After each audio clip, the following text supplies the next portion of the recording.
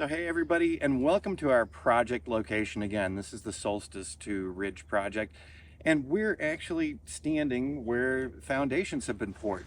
One of the things I want to do with each of the visits out here, we're going to be coming out at least twice a month to document the overall site, and then we'll be coming here hit or miss when they need us to capture things like framing, which apparently framing is going to start tomorrow. So what I wanted to talk to you about today, though, with each visit that we do coming out here, we're going to talk about some of the tools that we use out here on the sites. Now, obviously, the Mavic 2 Pro drone, the Phantom 4 Pro, and at some point the Avata would be really cool to have here. But in the meantime, what I wanted to talk to you about today is the iPhone that I'm being recorded on. So today, I utilized that iPhone, connected it up to the controller, connected the controller to the drone, operated the drone. We did our 2D and 3D model setup, so our orthomosaic and 3D model setup. We did our video flight paths that we've saved and reused multiple times on this already. And all of this was partially under the control of the iPhone. Now, Jody's got the iPhone on the Osmo Mobile 6, and it's allowing me to do this recording for you.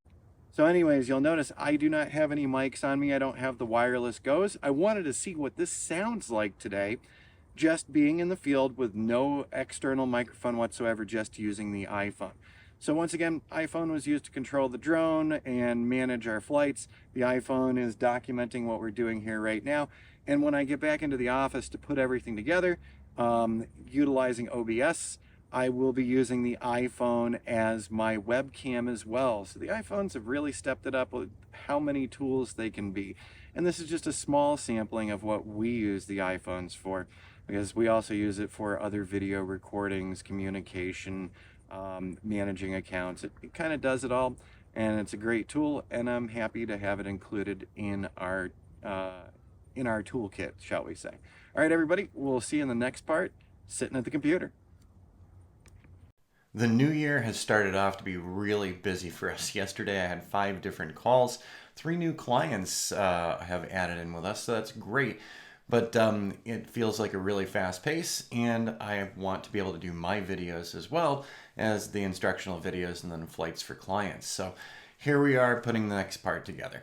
If you can't tell, so I'm looking at the iPhone right now. So it's the iPhone 14, and it has the continuity camera on it. So that's pretty interesting.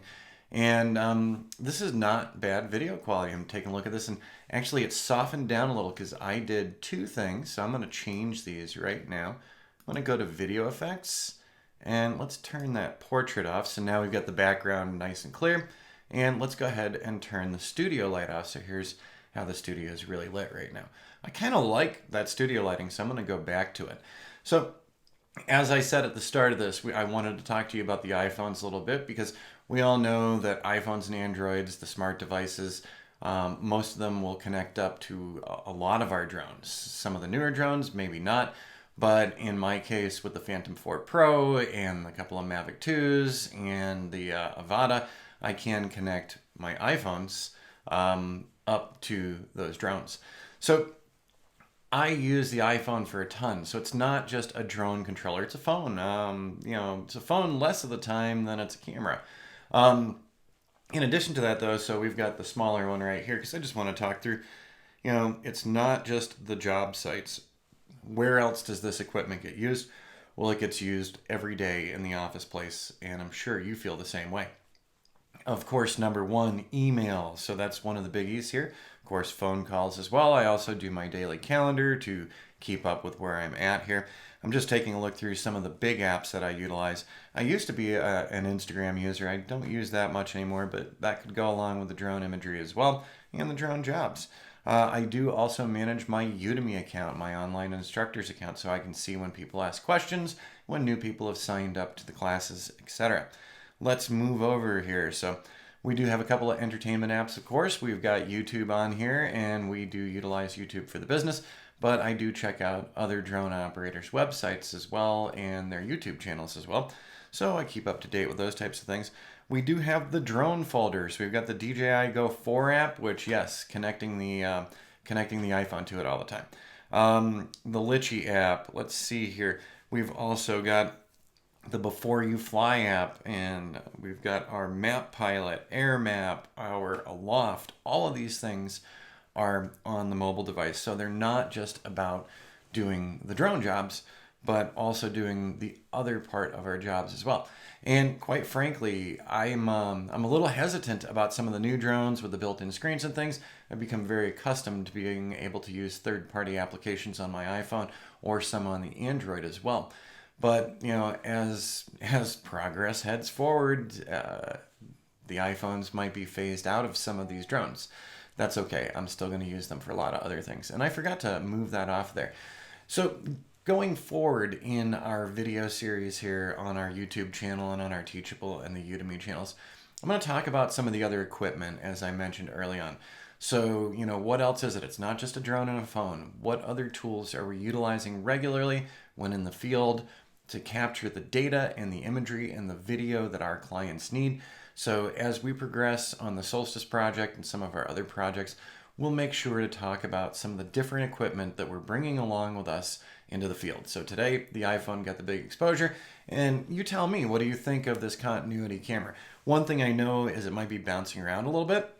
I'm trying not to tap the table heavily, but I've got a Rode microphone stand right over here with a small rig, and the small rig is what's holding the iPhone up right now. So if I give it a little tap, we see that shaking on screen here, so I need a better way. One other thing, if anyone else has an autonomous desk, that's the name of it, it's one of the desks that goes up and down. You know, I've tightened this thing down as much as I possibly can. There's still a lot of wiggle in it. So if anyone has any suggestions on tightening this table up so that everything doesn't bounce around and I can record like this, let me know down in the comments. I will take any and all suggestions at this point. All right, everyone, we're going to wrap this one up. So just a quickie on, you know, the iPhone 14. It's coming everywhere with us. We use it for site documentation, drone control, regular phone work, video, stills, entertainment, and more.